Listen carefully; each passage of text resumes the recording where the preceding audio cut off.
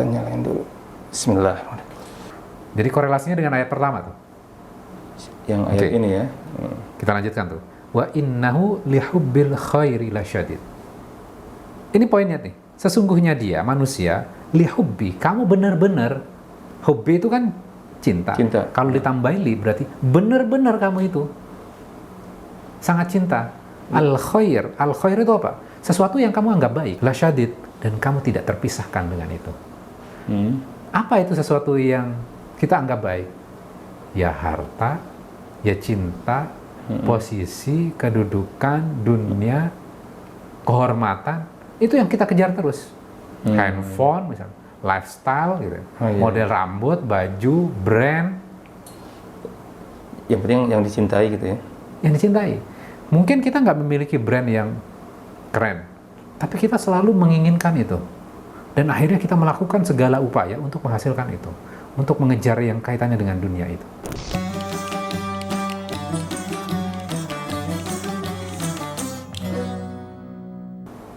Dan fokusnya hanya itu saja.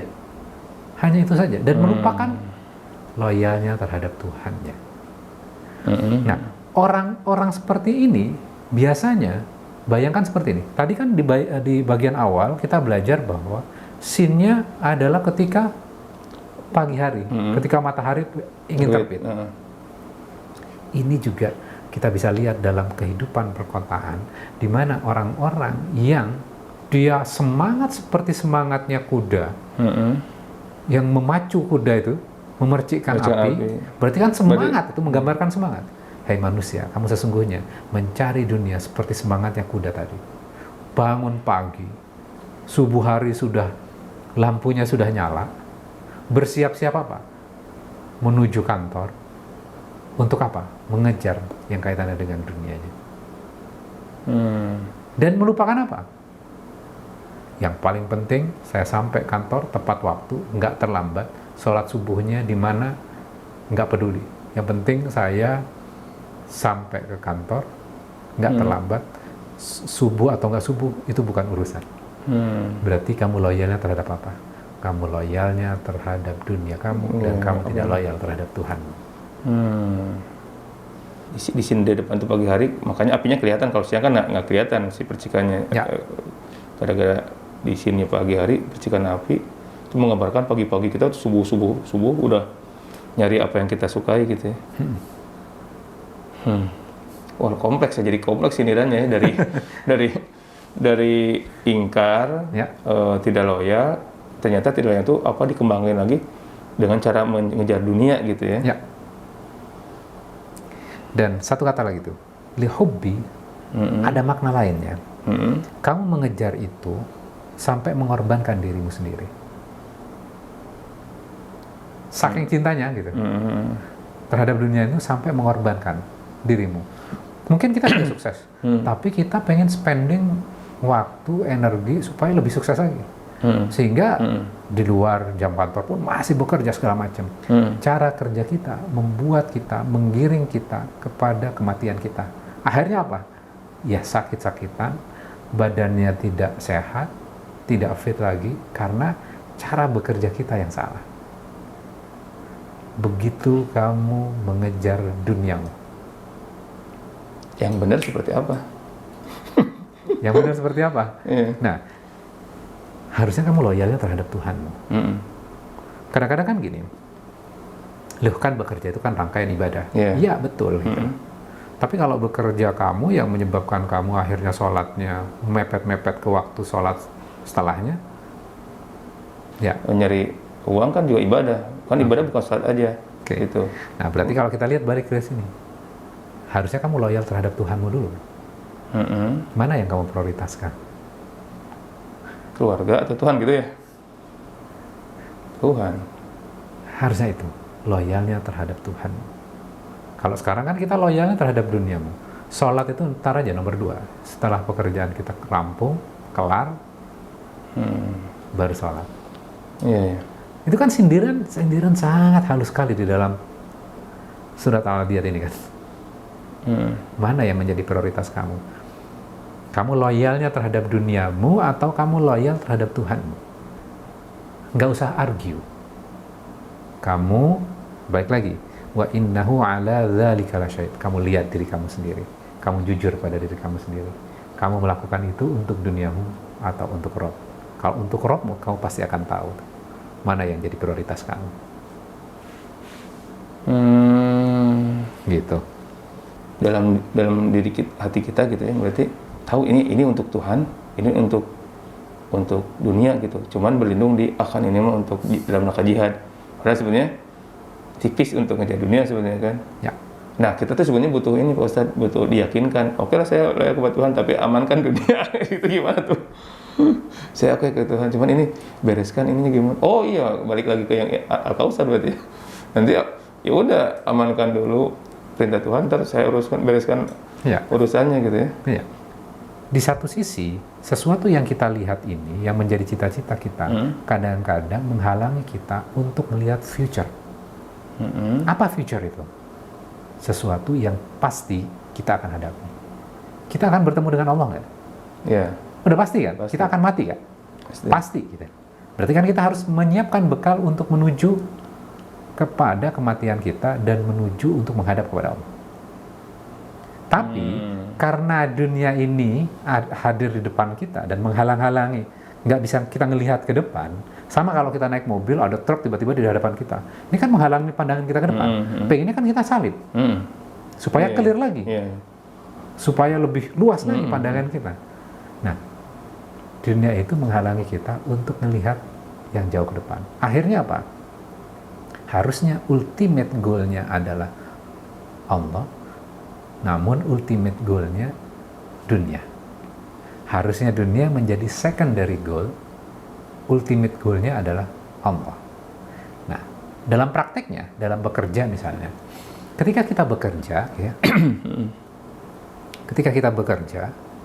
kalau goal-nya Allah misalnya, maka berarti saya harus melakukan amal kebaikan supaya Allah ridho. Tapi kalau misalnya goal-nya saya pengen jadi orang kaya, orang sukses, maka apapun dia lakukan untuk memperoleh kesuksesan itu. Mau peduli Allah suka atau enggak, dia nggak peduli.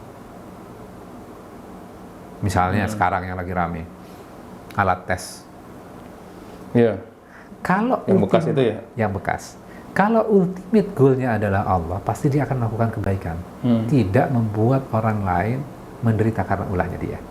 Tapi karena goal-nya pengen keuntungan, dengan diliput kan ini buat keluarga gitu, dengan dikemas seperti itu kan, ini buat nafkah gitu ya, maka dia akan mengabaikan nilai-nilai kebaikan. Iya. Sama kalau misalnya lagi ujian sekolah, kalau ultimate goalnya supaya Allah ridho, dia nilai bukan yang utama. Yang penting saya jujur ketika ujian. Tapi kalau ultimate goalnya adalah pengen nilainya bagus, maka dia lakukan apa saja, baik dia nyontek atau apapun, membeli soal untuk mendapatkan nilai bagus. Kan beda nih. Tapi semangat belajarnya, kita coba masuk menuju sana. Si SD, si siswa ini belajarnya 12 jam. Berarti yang si siswa yang soleh ini juga 12 jam. Sama-sama pengen lulus gitu. Tapi setelah ketemu sama masalah, ketemu di titik saya harus mendapatkan yang baik, di situ yang berubah. Kalau dia pasrahkan aja, udah selesai aja lah, terserah Allah ngasih apa. Tuh, tapi sama-sama 12 jam. Bukan berarti yang ini karena terserah Allah, belajarnya 2 jam. Yang ini 12 jam, tetap 12 jam. Ketika dihadapkan mau mengambil, wah ini harus sukses nih. Yang ini lepas aja, terserah Allah gitu. Yang ini kejar terus sampai dapat nilai tertinggi gitu. Akan segala cara. Ya, betul. Effortnya harus ya. Iya. Tapi masalah hasil itu bukan tanggung jawabnya. Karena juga kadang kita juga terserah Allah. Padahal kita malas sebetulnya. Terserah Allah, tapi di ranah ikhtiarnya sebenarnya kita malas sebetulnya, cuman akan terserah Allah gitu. Tapi tetap effortnya sama, tapi nanti batas ketika ada di level ketika harus menggolkan tujuan itu, dia stop sampai di situ, hasilnya terserah lah gitu tau. Oke, luar biasa ya ayatnya. Nah, kita lanjutkan dikit ya. Oke. Afala ya'lamu idza bu'athira ma fil qubur. Maka apakah dia tidak mengetahui apabila dibangkitkan apa yang ada dia di dalam kubur? Nah, Maksudnya? lihat bagian awal tadi ya, diserang waktu tiba-tiba. Maka di sini juga kubur dibongkar. Bu'thira itu artinya kayak kita lagi cari barang yang penting di dalam sebuah kotak. Maka barang-barang yang nggak penting kan dilempar-lemparin. Kita keluar-keluarin kan. Kita cari misalnya kunci, kita cari tuh. Yang lain kita buang-buang itu. Sehingga kita bisa menemukan kunci itu. Nah, kubur kita dibongkar tuh. Dibongkar dan dicari sesuatu yang penting. Apa sesuatu yang penting itu? Maka di bagian ayat berikutnya, wa hussila ma fis sudur. Dan dilahirkan apa yang ada di dalam dada. Apa yang di dalam dada? Dan dilahirkan apa yang di dalam dada? Apa perasaan atau Hati. Hati kita loyalnya terhadap Allah atau terhadap dunia. Mungkin sekarang kita bisa nutupin. Saya untuk nafkah, untuk ya, ngebantu orang gitu. ya. Nah, pada saat hari itu ketika dibongkar, maka akan dicek tuh hati kita. Kita melakukan itu karena Allah atau karena dunia kita. Kita pengen populer, pengen kaya, pengen dikenal, pengen dipilih, pengen diangkat. Berarti kan cuma dunia doang. Iya. Apakah kamu loyalnya terhadap Allahmu atau kamu loyalnya terhadap duniamu? Hati kamu akan dicek. Sesuatu yang paling berharga. Itu proses di dalam kubur ini nanti akan kejadian ini proses ini. Ya. Jadi kayak kita digambarkan ya kehidupan itu sebentar. Kemudian habis itu loncat ke dalam kubur, dibongkar. Kemudian akan dicek yang paling berharga apa? Hati kita itu. Inna rabbahum bihim yauma idzil la khabir. Sesungguhnya Tuhan mereka pada hari itu Maha mengetahui keadaan mereka. Oke. Tadi ingat di bagian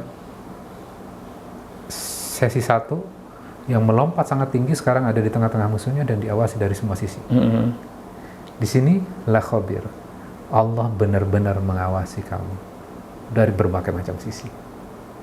Oh jadi iya. Jadi bagian pertama itu kayak bridging. Pertama terus diterjemahkan di surat di ayat berikutnya sampai mana itu bahasanya?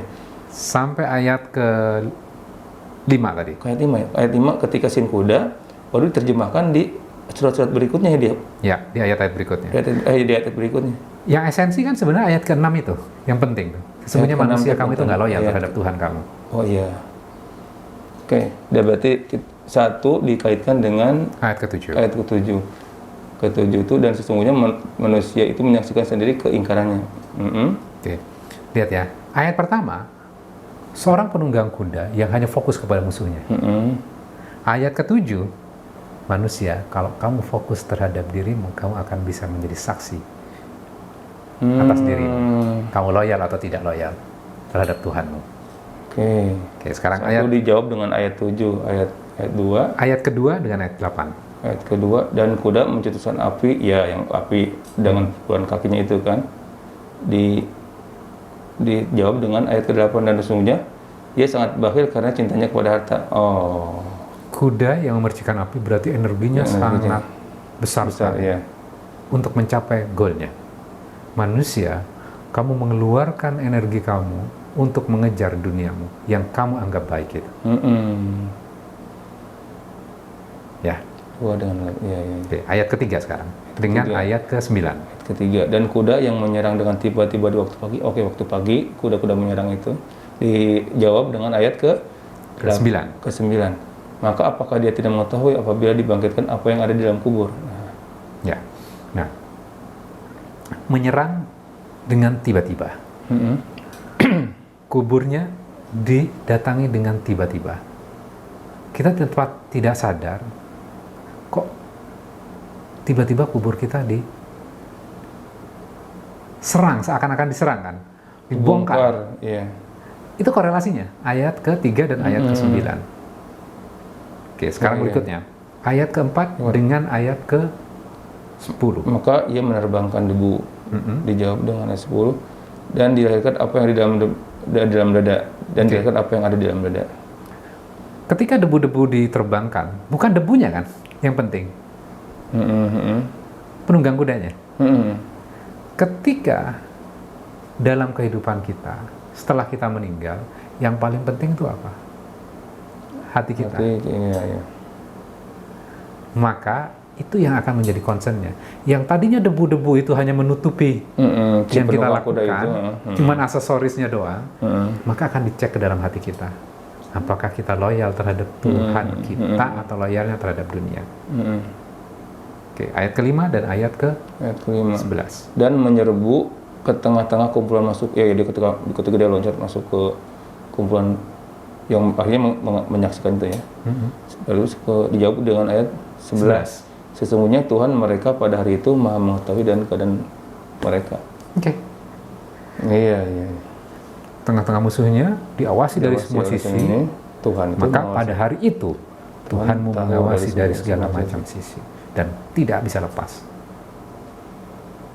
dari pengawasan Tuhan kita. Kalau kata YouTuber main blowing ini luar biasa. 11 ayat dipotong di tengah-tengah, di ayat ke-6-nya berarti kan 5 pertama sama 5 kedua dihubungkan berarti ya. Luar biasa ini. Al-Adiyat. Oh berarti pas, berarti saya memfavoritkan Al-Adiyat ya. Waktu kecil. Ternyata juara ini ya, ininya apa? Berarti kita belajar banyak Pak Ustadz ya, apa? Teknik komunikasi. Bagaimana pendekatan orang menyampaikan pesan lewat sesuatu yang disukai dulu. Ada istilahnya ada pendekatan yang nggak langsung tegas gitu kan. Tapi cari mana gitu. Diajarkan di sini berarti jangan-jangan para motivator itu juga belajar di sini kali ya. Teknik orang-orang yang pakar komunikasi, teknik dagang, teknik organisasi, kalau tahu ini ya selesai sebetulnya. Terjaga lagi karena ketika goalnya udah dapat, bentar ini untuk apa gitu? Untuk Allah tuh, untuk dunia nih, komplit berarti di sini. Tekniknya diajarkan, setelah goalnya dapat, untuk siapa nih? Untuk dunia, untuk Allah.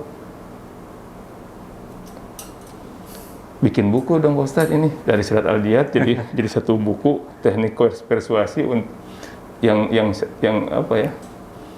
Yang semestinya seperti itu gitu, yang sudah tercatat. Mantap. Itulah kedahsyatan Al-Quran. Kadang kita hanya melihatnya selintas lalu saja. Ternyata isinya sangat dahsyat sekali. Dan ini merupakan panduan buat kita. Mungkin sekarang kita cuma sekedar hatam, tapi kita lupa bagaimana kedahsyatan isi Al-Qurannya. Itu yang harus kita gali. Iya. Punten, ini para tafsir ini ditafsirkan oleh para ahli tafsir itu seperti ini? Ya, ada babnya ketika kita mempelajari struktur di dalam sebuah surat. Karena struktur setiap surat itu ternyata beda-beda. Kalau ini kan yang kita pelajari surat Al-Adiyat, esensinya kan di tengah-tengahnya, ayat ke-6-nya, di antara 11 ayat. Ada juga yang esensinya ada di bagian pembuka dari sebuah surat. Ada juga yang strukturnya di endingnya yang paling penting. Esensinya di ending dari sebuah surat, di ayat-ayat yang terakhir. Setiap surat unik. Oke. Ya, luar biasa ya.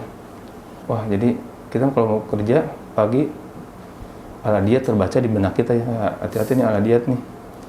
Anda pagi-pagi setiap subuhnya dapat nggak nih gitu. Kita mau dapat